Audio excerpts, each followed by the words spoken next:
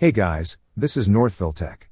In this video, we're going to learn how to change your WoW account password. We will also put our affiliate link in the description below for you to sign up and get a $100 Visa reward.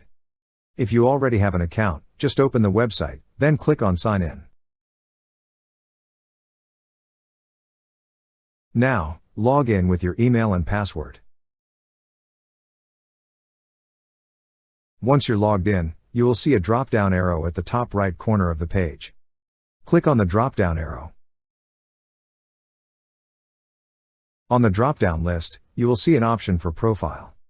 Click on Profile. Under Profile Details, you will see an option for Password.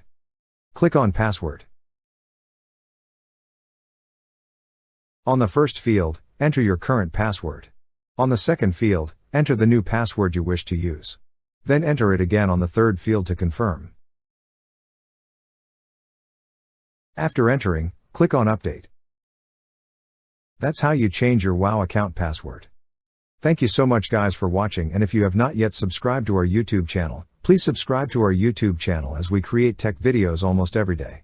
Also, check out our website northvilletech.com for great tech articles, and our recommended resources in the description below for various sign-up bonuses.